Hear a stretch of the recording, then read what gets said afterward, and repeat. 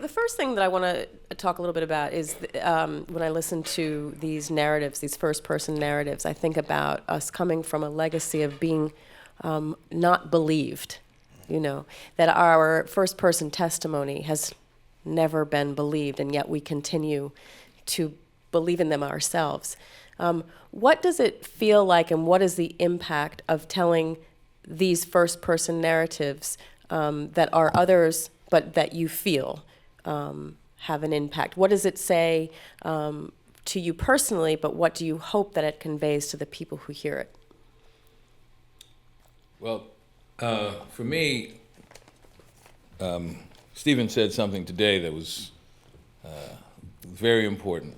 He said, we are here to make sure we transfer education to those other young black men of a generation who will be encountering this. That's paramount, that there are going to be those who will dispel what you have to say that it is not truthful. I mean, even with all of the incidents that are happening now that are actually filmed, people are still saying that, well, the way Walter Scott was running away, the officer had to feel endangered and had to shoot him in the back. So that's the thing that is so important for me, because there are going to be countless numbers of people that will constantly try to tell you not to believe your lying eyes, that what happened to you did not happen to you, you brought it upon yourself, whatever. My parents always told me there are those who do not have your best interest at heart, and they will be out there continually. So you have to be knowledgeable of what your situation is, and understanding that there are people who are going to be approaching you at a car, at a stop, that don't have your best interest at heart, and you have to be careful so you won't be endangered. That's what you mentioned, Walter Scott. I mean, even if he could tell it, or if Mike Brown could tell it, they would be questioned.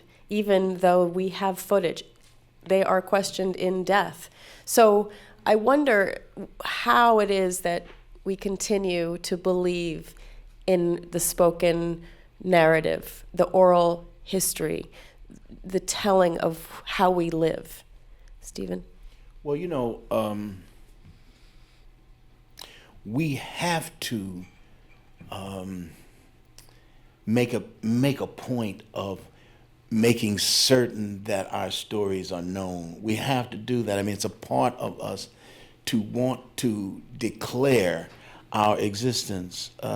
So we can't allow someone else's reluctance to prevent us from witnessing for the truth. We must witness for the truth. We must tell the story. And there's a way in which we parent each other. There's a way that we father and mother each other. Those who are in their own generation. And many people have to look for leadership where they are, and so what we find, I think, is that some of these martyrs, this is the only thing you can call them, are martyrs. These people who've come before us, we have to witness for their stories because they can't tell their story, and we have to tell the stories of those who are here, and many times our story is their story.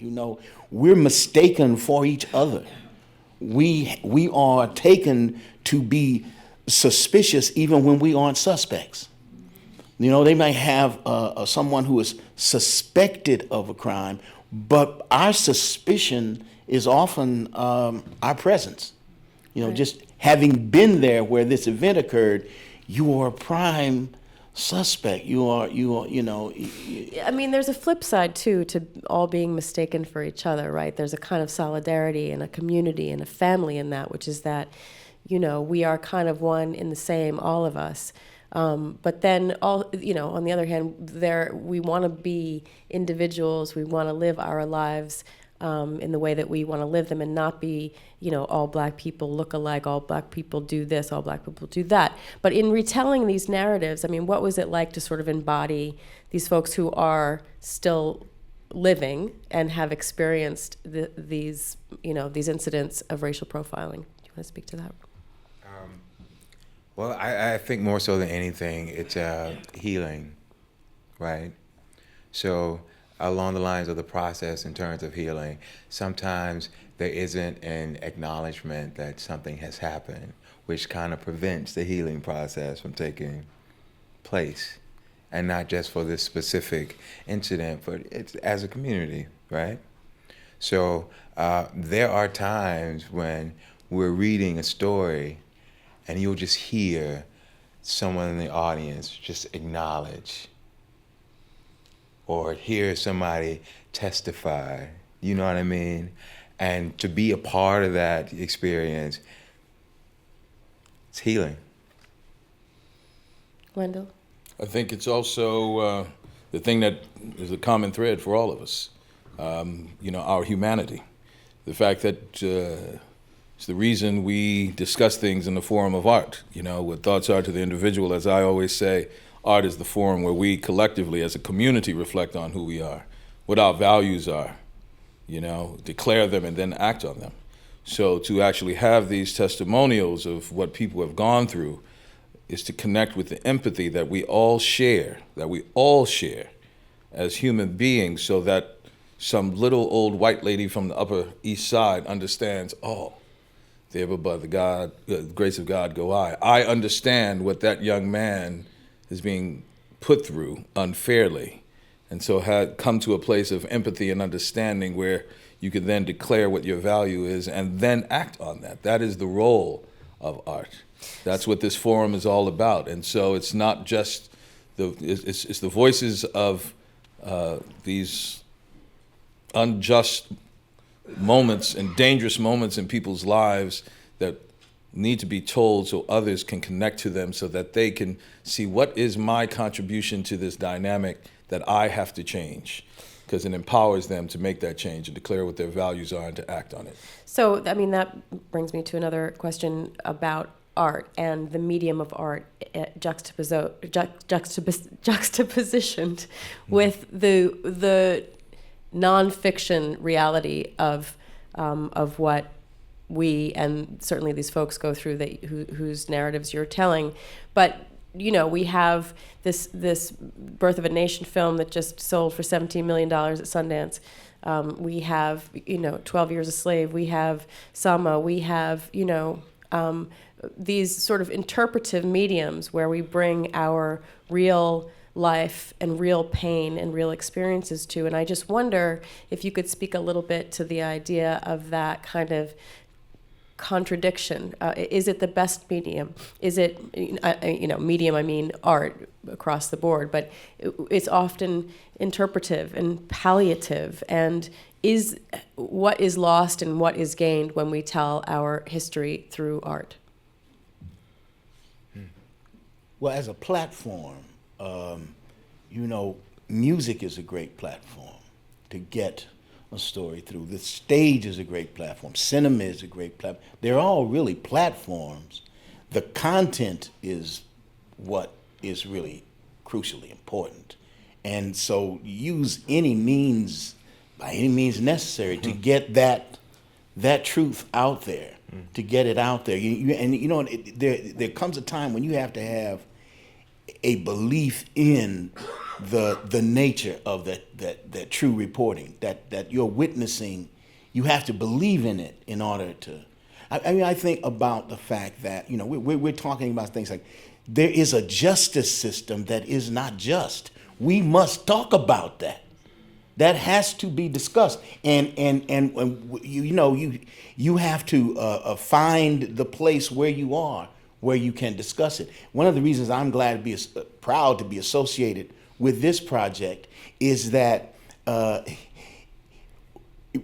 vision is that we'll be able to go to 12 cities across this country and go into places, non-traditional theatrical places, not always theaters, but community centers and juvenile centers and all these places, and try to get through to someone that, you're going to have this moment of confrontation. It exists for you. It's somewhere in our future this moment of confrontation with the authorities. Now, when that moment comes, do know that that person who may deal with you unjustly is not worth your entire future, is not worth your life. If we can give you some principles to live by, to pass through that moment, to be aware of that moment, be ready for it, know it exists, and know that you can live through and past this moment, go on and do what you're here to do, your mission, so that you don't make this moment,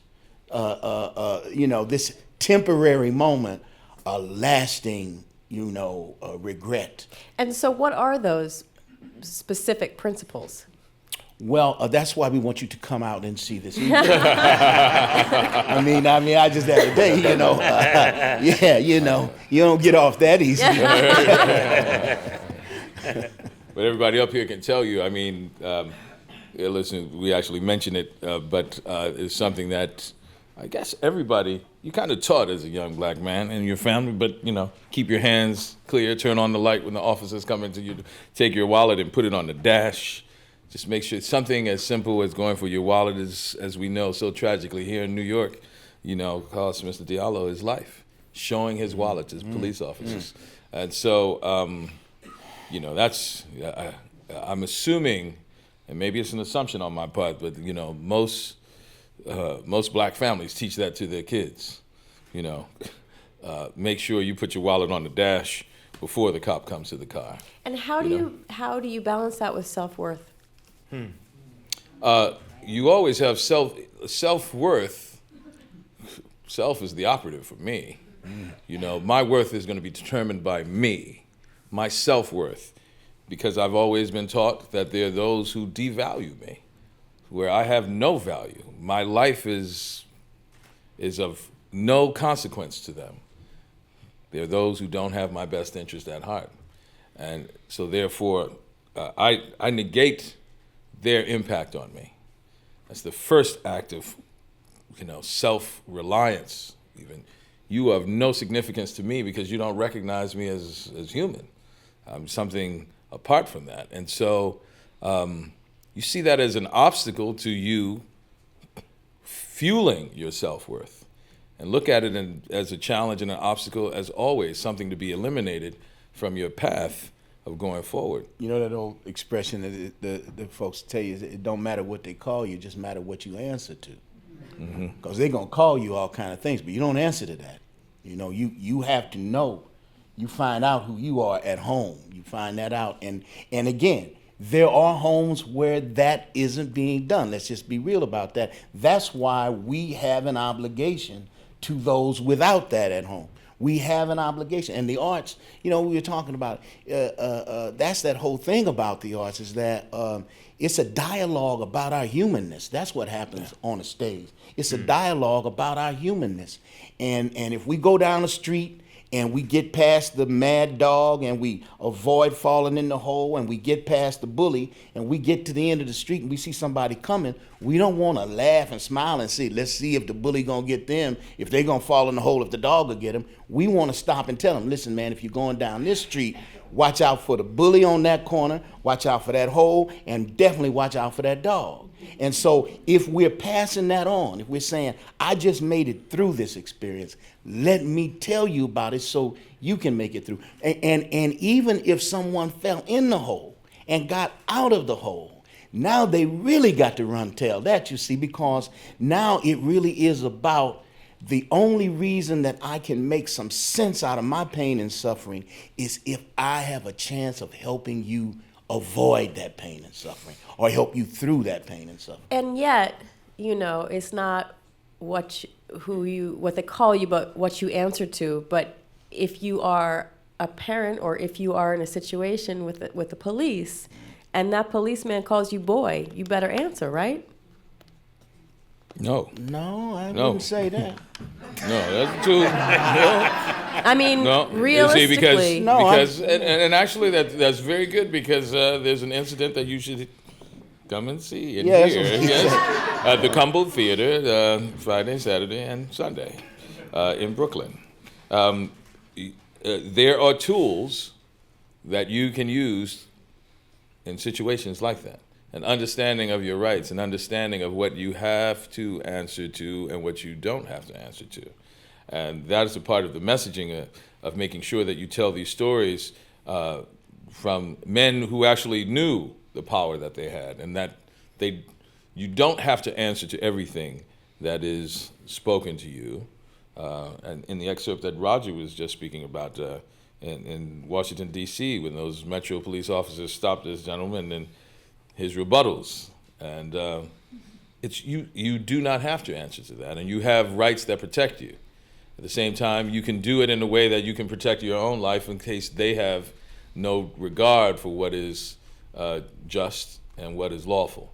The two can coexist, to protect your life and at the same time stand up for your rights. So you all are reading these excerpts, but I imagine that you have all had experiences first person. Roger? You look at me like... Oh, you aimed, didn't you? Yeah, I have I live in New York, in Harlem, but I also live in California. I work out there. I just came back from California, and I have a place in Burbank, California. And while I was there this last time, I was coming home late at night and off the 5, I don't know the geography. There was nobody on the street. It was about 2:30 in the morning. And I was driving almost to my apartment that I keep out there. And all of a sudden, a police car, the siren, the lights, I saw the police before. And he followed me, and I came over the Interstate 5, and the lights went on, his light, and he pulled me over, and I stopped. There's nobody else on the street. So he walked up to the car. He was Mexican, which is significant. He walked up to the car, and he said, I would like to see, do you live around here? He said. I said, yes, I do, officer. He said, may I see your license and your your insurance card? And I said, yes, and I'm reaching for the glove compartment where it is, officer. You know what I mean? And that's very true with what you're saying. So I did. I reached and I got it. And he said, well, what are you doing over here? And I said, you didn't understand what I was saying, officer. I said, I live around here. He said, well, where at? I said, it's on the address is on the driver's license. Can you see it? Maybe you should. I said to him, just put your light on it and see. And he looked at me and he shined the light, he did put the light on, he shined the light in my face. And now I'm 75 years old. I'll be 76 in May. And it never stops. You know what I mean? And there's a whole other dynamic that happens with in California with the police there, especially the Mexican police and blacks. That is not pleasant. Do you know what I mean? Yeah. That is really not pleasant. Anyway, so he gave him back and he said, well, get home safely. And that was it. But it was just, I didn't stop the question. First of all, I don't have a witness. That is very important. You can know all the law that you want. If you by yourself, it is their word against yours. And what has made all of this recent thing with the incidents we've seen on YouTube and the internet is iPhones have become so, everybody has one. And that's your witness in a sense, if you can get it out in time and if they will not take it from you. But there's been no witnesses, and there was anything could have happened to me on that street. He could have done anything or any kind of behavior that that he could have felt that he was justified in harming me, he would have used. But I didn't give him that door either because I stayed polite and I wasn't rude. And I'm also older, you know what I mean? Mm-hmm. Which helps to a certain extent. And so how much of this, though, we try to grapple with and understand racial profiling beyond what it is, which is racist. How much of it is racism, straight, and how much of it is the militarization of police? Well, that goes hand in hand. First of all, you can't. Racism is so blatant, it's in everything. I mean, I don't think you can deal with anything in this country. Race is the most evident thing in this country. How you look, the color of your skin decides everything. Everything. You know what I mean? And this whole what they've done with the militarization of the police, bringing these weapons and these things back from the wars and using them it's to keep people in place. It's to keep people. It's to protect property. It's I think, but it's also to keep people. The force is to keep people in place. You know, that's to know your place, to keep you in that place, you know. And by place, you mean, place that which systemic racism dictates. Yes. Because people make money off of that. I'm from New Orleans, and, you know, there are people who make large amounts of money from keeping an underclass. I mean, it's by design. You know, and you look at a situation like after our major flood 10 years ago, they make sure to put policies back in place to make sure that continues. I'm doing redevelopment in my neighborhood. We negotiated getting the properties sold back to government that people just gave up the ghost, we're going to leave. We put together our own resident-initiated community development corporation. We're going to put those houses back, those properties back into commerce. You know, I put out a call to action so people could come and move back home. But the one stipulation they put on us is I just can't sell it to anybody. I can only sell it to low income. And I said, that's no problem. That's how my parents started in Pontchartrain Park. But what that does, hand in hand with what they're doing with public housing, after Katrina, they destroyed all public housing. So now we've gotten those people out of our central city. I call it the Paris Plan. Push them out of Central City. We get the center back. And now Wendell Pierce and his communities rebuilding out there, they can only sell to low income. I have no problem with that, but I have to turn away people who literally had cash in hand because they weren't 80% below average median income in New Orleans, which is something like $25,000, $30,000 a year in income. Why would you do that? To make sure, one, we don't repopulate, right? Because I'm trying to build a multi-economic community where I'm trying to get people who only make $25,000 a year qualified to get a mortgage on a home, right? That's doomed for failure, right? And at the same time, the one place where they could go live, where there was some subsidized public housing, they've torn them all down. So what happens 10 years later? 100,000 poor people, mostly of color, in New Orleans have never returned. So again, I ask, why is art the most powerful medium to tell that in those stories? Because art is the forum that moves people's humanity, which then can move their intellect and move them in spirit to then act on those things in policy. Laws can only limit people's behavior. Art can actually change people's hearts and minds. That's the difference. You know, those rednecks who were lynching people said, oh man, you know, now they got these civil rights laws that stop me. You know, I can't do it anymore. That doesn't take away that desire to kill young black men, right? But then you take someone like Louis Armstrong, who played in a roadhouse in Texas, was seen by a young white teenager who had never seen genius in the form of a black man. And he saw Louis Armstrong, and that young white kid then went to law school and eventually ended up on the Supreme Court. It was Justice Black, who was a part of some of the most influential and most, you know, dominating changes on the Supreme Court. And, you know, it was because he saw, and he wrote about it. This is someone, I had never seen genius in the form of a black man. And everything I've been told in my society, even not seeing black folks, they're subpar. You know, the mythology of, you know, they are subhuman, they're not intelligent, they're lazy. And what happens is from generation to generation, that mythology continues on. And slavery they were subhuman, so we can call them 3/5 of a person and enslave them. In Jim Crow, they're lazy and dumb, so we can oppress them. And so now in our generation they're criminals, so we might as well have mass incarceration.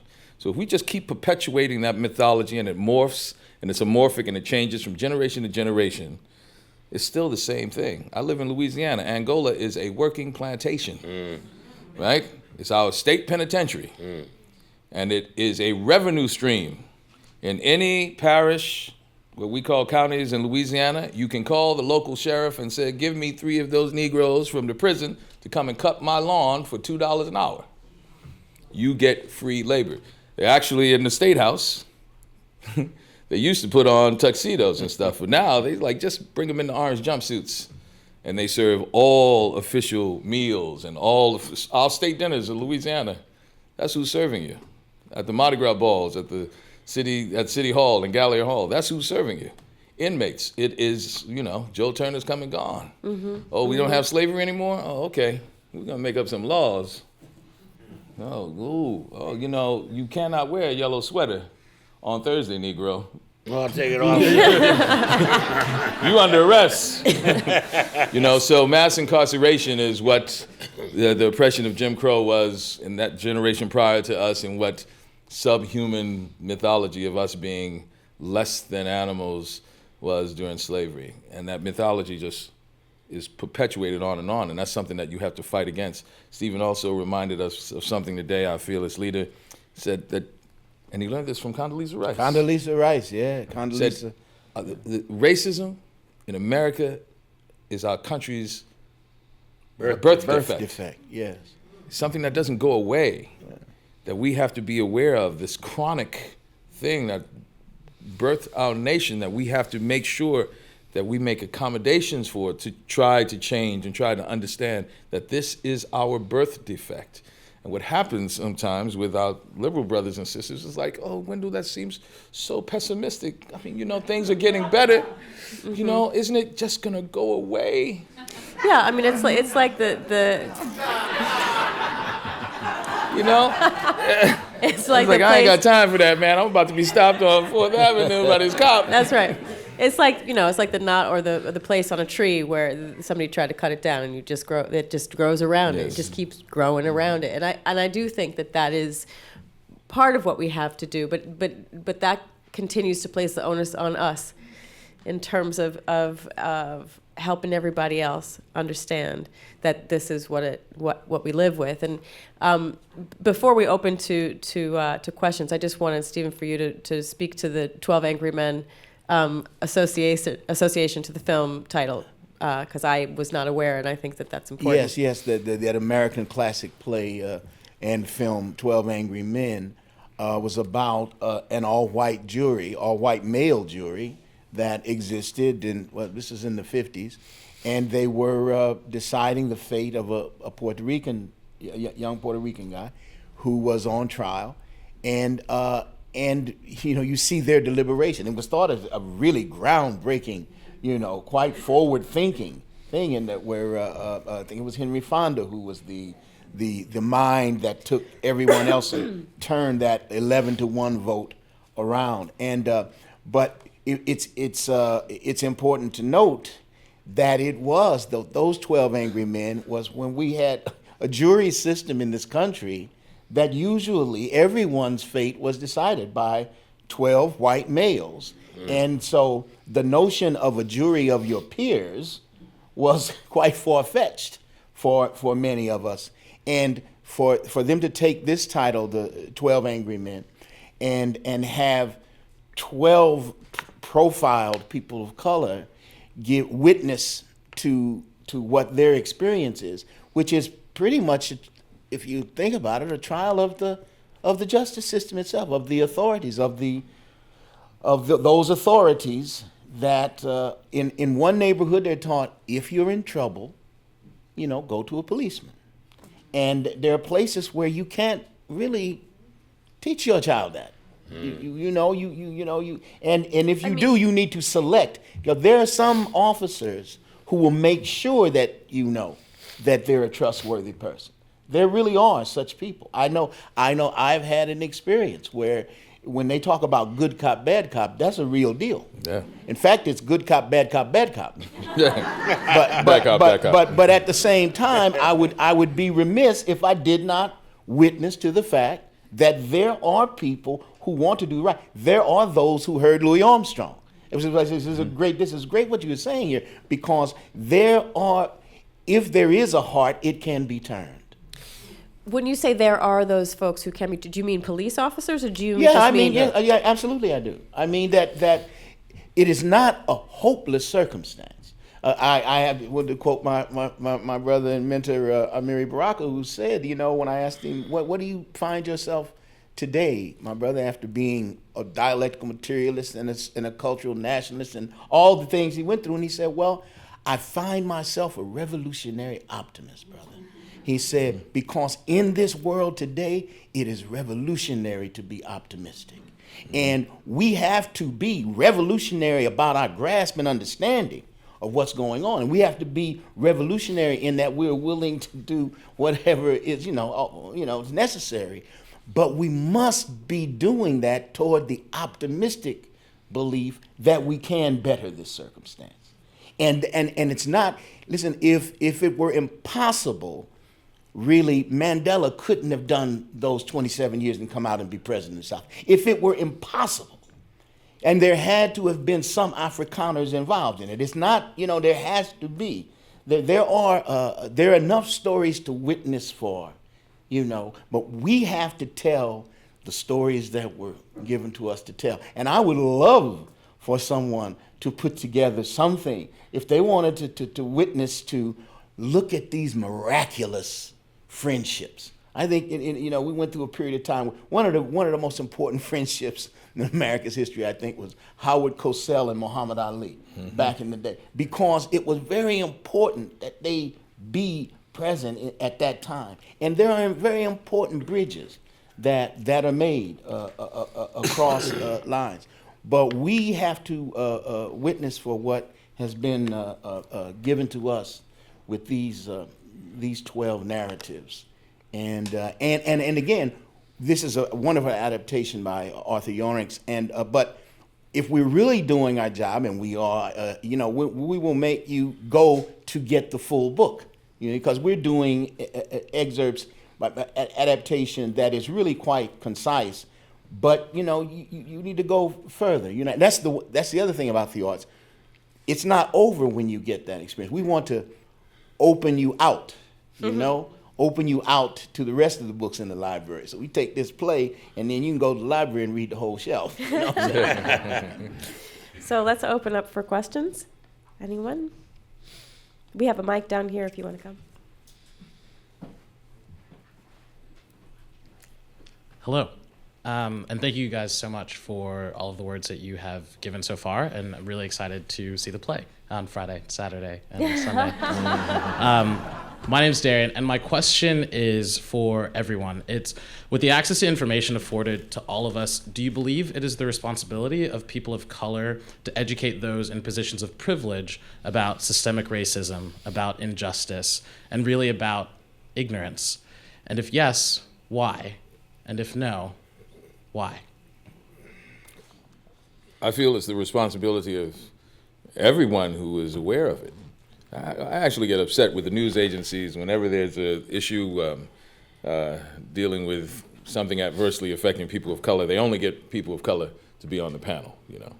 They only talk to black actors about what's happening in Hollywood. You saw the police brutality, and they're only talking to the victims of police brutality. I played a police officer, and I actually met so many police officers who just opened a whole world to me, that developed a respect and a love for the profession, their commitment to it. Most of the officers I met were African American and became police officers because the crime in their neighborhood did not reflect the people in their neighborhood. They said, listen, that 1% does not reflect the other 99% of good, hard-working folks that get up every day, and that's why I became a police officer. But my challenge to them in this time is we need to hear from you. I haven't heard one voice from the police community that is so aware of the injustices by that one bad apple in the barrel that they always claim is just there ruining it for everybody, to say you are disrupting and disrespecting the profession that I honor. Where is your, outrage? I'm waiting for that police officer to come and say, yes, we have to get rid of the sandwich bag, as they call them, where you carry a gun in a brown paper bag and you shoot an unarmed kid and you go get that bag and you dump that gun, right? We saw it with Walter Scott. Oh, yes, you saw him on the radio. Yes, he attacked me with this taser and, and I had to shoot him. Luckily we saw it, but there's so many police officers that know that, and not one voice in these past 3 years, when this has been on the front page and on the front burner of our consciousness about injustice, that we hear from them. So they say, well, you speak out against it and you're against the police community. No, we're not against the police community. Where's that police community that's outraged by this same behavior? We don't hear from them. So it's our obligation to those who are at risk that we speak out. And if you are a part of the privileged community, it's your obligation to not delve into some naivete as if you don't know it. I love it when, we've had experiences where, we're with white colleagues or friends. Man, if you're ever in a car, stop with a white friend, they know they're in a black car. They go, hey, man, listen, when do I, hey. All of a sudden, I see what you're talking about, man. Be cool. I don't want to get. People are aware of it, and to pretend that you aren't aware of it, it's a part of the problem. So I think it's not just people of color's responsibility to educate those in a privileged position, but everyone who is aware of it, black, white, young, old, to make sure that we try to do things necessary to alleviate the problem. Thank you. So I wonder, Stephen, you said we were talking about Amiri Baraka, but it's revolutionary to be optimistic. What is it to be pessimistic? Well, it is to have been. The bad guys win. To me, to say when you get completely pessimistic, then you have. They've been victorious over you. It is. It's a sad thing to see a child. If you see a child, you really get it when they say, I can't do that, and I can't do this, and I can't do this other thing, and there's no point. I'm not going to go to college. I'm not going to be. When you see that, you don't have any question about it when you see it in a child. When you see that there's no dream there, that there's no, no fantasy life whatsoever. But the expectation of the emotional bandwidth is disproportionate.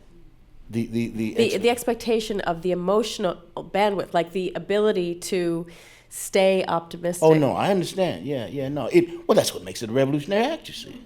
I'm not saying that it's easy. I'm just saying it's possible. And if it's possible, and you put your back in it, you know what I'm saying? But it takes you. It is not at all a simple or easy act. But if we're here for any reason, it is to give somebody the reason to say, okay, yeah, they're out to get us, but they won't get me.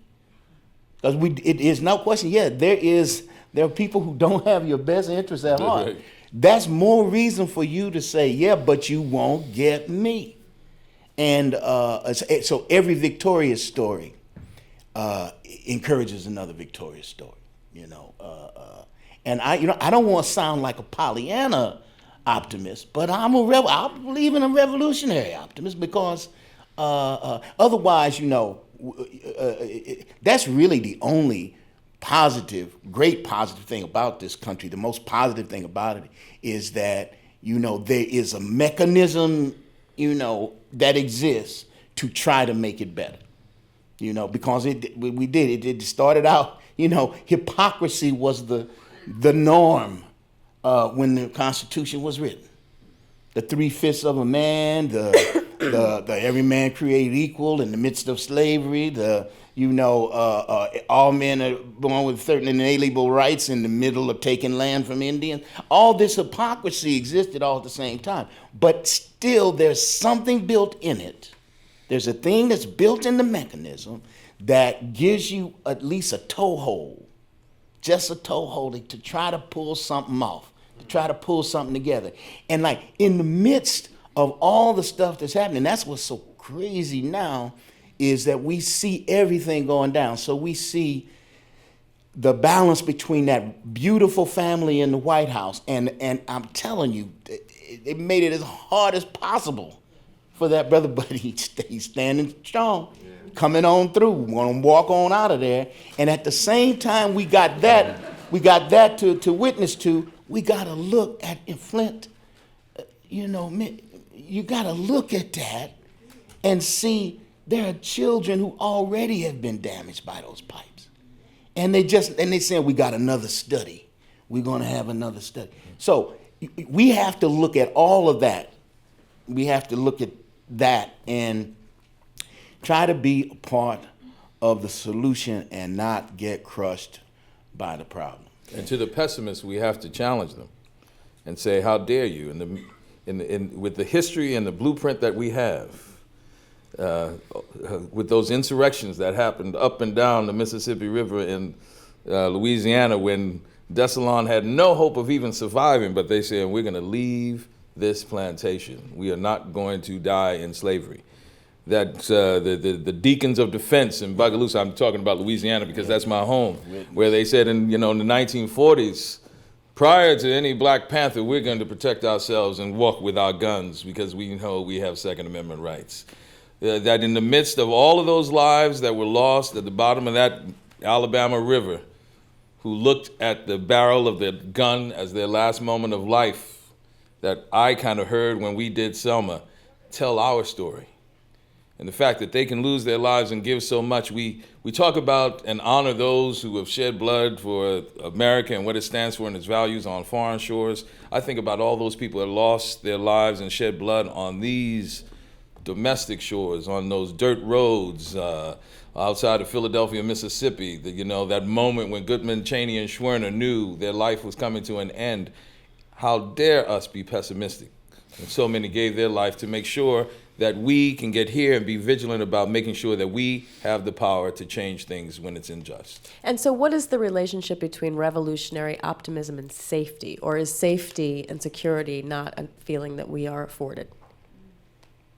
What he just moved me to think of is, there are people who don't have any problem talking about the great generation when they say about the World War II and so on and so forth.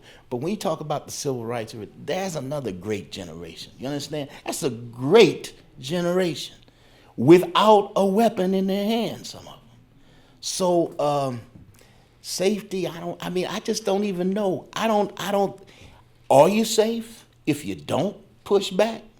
I don't think you're safe if you don't push back. You can't be safe. And what is that? I don't know. I know that what you're confronted with, you got to have a response to it. You've got to have a response. But I just want to thank you for that image because I'm just thinking of what a great generation. They're not. You don't have to go back to the 40s. To find a great generation. And what has to really be happening, we have to be generating great generations. Mm-hmm. There's something right here for us now to be a part of another great movement forward. You asked me earlier about the militarization of the military, and of the police forces in this country, and they're there to protect people. What was the great generation which I have lived for, and I was in the service? It was a spiritual movement, led by spiritual people, without a shot being fired, following the precepts of Jesus mostly, turning the other cheek. That's been lost because we worship money now. We worship money over human life. Black people are in this country because they worshiped money over human life. They brought us from Africa over here and made us work for all those years for nothing because they worship money over human life, and they still do.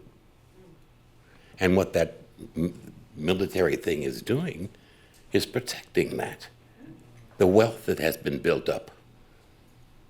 So it's easier to put a black man in prison than to give him a job or to educate him. It's more expedient because there's no need. You know, a black president was put in power because a black man made America a democracy again in the eyes of the world. Simple as that. No white man could have done it. No white woman could have done it. But a black man in the White House, what greater marketing than putting a black man there to tell the world we are a democracy, and it worked. We're about marketing, about money, about selling things to the world, and nothing will interfere with that. This is a capitalist country, a capitalist system. Nothing gets in the way. When you have the Supreme Court allowing corporations, so I don't know anybody that will loan me $3 billion to run for president, or even 50 cents to run for to get dogs in the street. And it's in the hands, this is why Saunders is really, come on, America, wake up. Who's running things then? Rich people. And so we've gone to a whole thing where success in this country is money. Donald Trump is a success. Whew. You know what I mean? It goes on and on. But the basis is we have gotten away from spirituality. It was a spiritual movement that changed the face and the history of this country. The sacrifices of all those spiritual people. And I'm going back to Gandhi. You know what I mean? It was a spiritual movement. Now we worship money. I want to get a couple more questions in over here. Hi, my name is John Gonzaga. I wanted to thank you all for coming and sharing tonight with us. You mentioned over the course of the night having a black president versus the kids in Flint, trying to share the optimism of a white cop being friends with a black citizen and all of those, obviously, anecdotes, and then comparing that and seeing that being, I mean, I see that posted online as, well, this is what's really happening, so what is the Black Lives Matter group talking about? We clearly have so much going on with a black president and cops that are doing wonderful things for black children when they buy them presents before Christmas. So, and that's just all over my Facebook. And I feel like there's sort of the two options of trying to respond to those with statistics of police brutality or trying to respond to it with what this show is, which is the anecdotes of things going the other way. How do you see the best way to try and get the real picture forward? Anecdotes of things going the other way, I mean, with the 12 Angry Men, with the show, you've got specific anecdotes of police brutality versus anecdotes of cops not being brutal, as it were, or statistics saying that there are still massive racial disparities in the country. Oh, but we have a black president. So how do you see that responding? Nothing about having a black president is any kind of panacea or, you know, a big fix or anything. I wasn't trying to No, I'm saying others do. Oh, yeah. Well, you know, the thing is that there really does seem to be, and you come and see the show, there just seems to be a playbook that is in operation when the police stops a person, on the street. There just seems to be a playbook in operation. So that's what we're trying to draw attention to in hopes that, expose it and make it, for what it is, and hopefully some change will occur. But there, certainly if we do nothing, nothing will happen. If you want to make sure nothing happens, then do nothing. But you got to do something. You got to speak out against it. And the system is indeed, just as Roger described. I mean, it was at that point a great marketing tool. I remember the year that right after 9/11, and the Academy Awards didn't happen. That year, because we said, this is no time for that. And then the next one that happened, they honored the lifetime career of Mr. Poitier. Denzel won for Training Day, being a crooked cop, and the Halle Berry one for going down on the dude. So what I'm saying is, but what I'm saying is, what Roger's talking about, that yeah, there are. If you want to, you can be, you can spin it any way you want to spin it. Right. But the marketing is there. There's no question that that's what this is. But we have to, sort of take what we got and turn it to get what we want. We gotta, the better analysis you make of the circumstance, the better you see it, the better chance you have of taking something and changing it. But if you're in denial about what it is, you can't change nothing. Right. You got to look at it for what it straight out is, and then come at it that way, and try to make the change. So. And both of those examples are true. They're going to be people that try to use those things that are happening that are positive in the community to be naive and pretend that the brutality isn't happening. So it's not an either or. It's like, yes, they both coexist. But the fact is, we have a priority to make sure that people aren't killed by police officers. They're given a special right to carry a gun and have the ability to take people's lives. And I always like to remind people, they work for me. I pay taxes. So when police officers, I volunteered for this job. I'm like, no, I'm paying you. I get to tell you when your behavior is out of line, because I pay your check. You're not just doing it out of the grace of God and you just want to be a good citizen. You're not doing it for free. You have responsibilities to live up to. And I have a right as a taxpayer to tell you when you're out of line, because I'm your boss. You're not doing me a favor, you're doing me a job, right? And so we have to remind people that, yes, they're wonderful police officers. Most police officers, as just an analytical, intellectual person, you have to realize that most police officers are good, because if they weren't, people would be dying every second.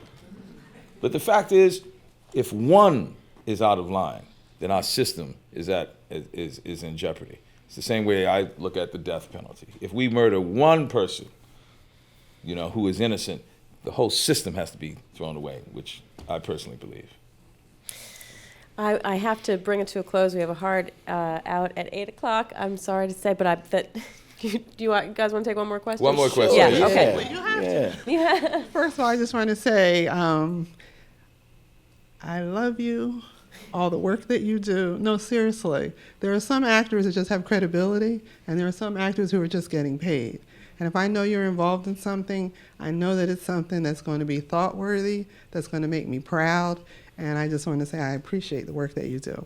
Thank you. I'm glad we let you speak. Yeah. Go on. Hush, let this woman speak. No, and I mean that. I can always count on you to be like me and not bite your tongue. You just put it out there and you move people out of their comfort zone. And that's really my question that I want to get to. But first I have to plug his book. Yes. And The Wind in the Reeds. And you have to sign it before we leave. But I love this book. The most thing that I love most about the book is the testimony the love that you have for your mother. Yeah. Oh, wow. Yeah, Absolutely. but this book is fantastic. Keep the story alive. When people talk about 9/11, I'm like, that's not the most tragic thing. The most tragic thing that happened for me in my life is when I see black people in Katrina and this government did not go to save them. So, 9/11 was horrible, but that was foreigners. Katrina was here, so keep telling the story, please.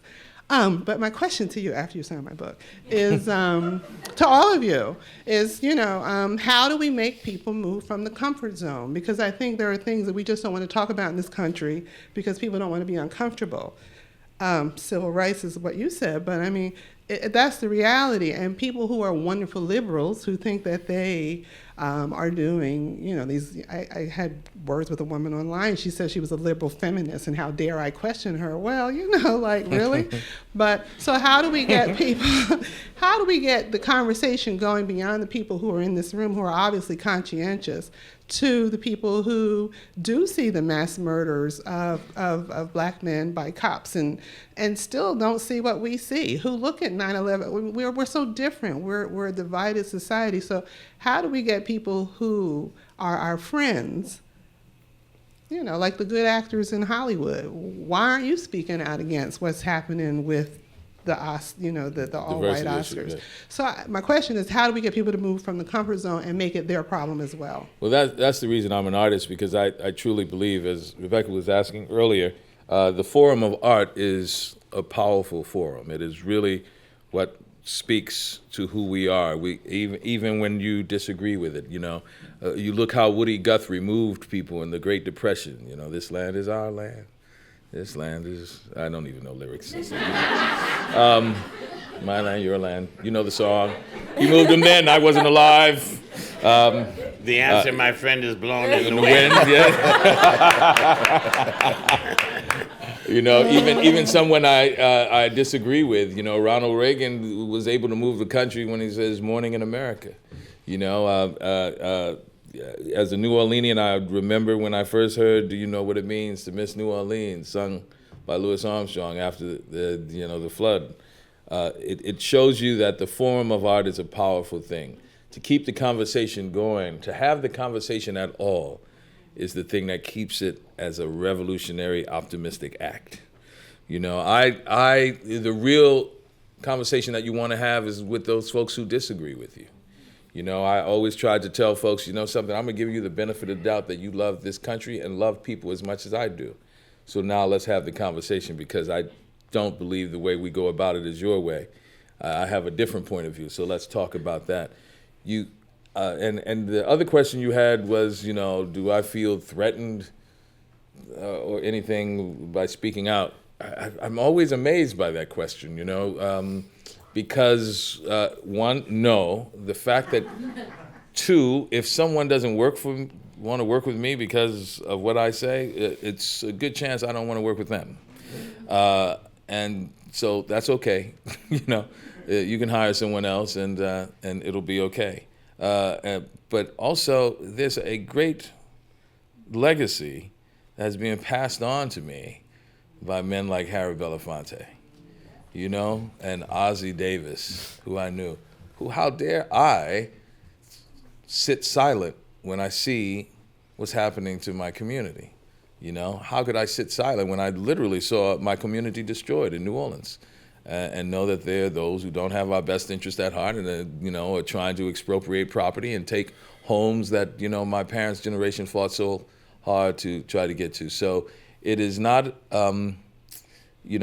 courage is acting in not the absence of fear, but, in the face of fear. So I tell other actors who are fearful of speaking out, have true courage and say what is truthful. The thing that will always be the great barometer and guideposts and true north for you is be true to yourself. Shakespeare said it, to thine own self be true. And once you do that, you'll be okay. I would add to that, on the birthday of the novelist Toni Morrison, who said, "We die, that may be the meaning of life, but we do language. That's the measure of our lives." We do what? Language. Oh, language? Yeah, not language. No, language. You can language. You can language if you want. Thank you, everybody, for coming out, and thank you all, actors. The show opens tomorrow.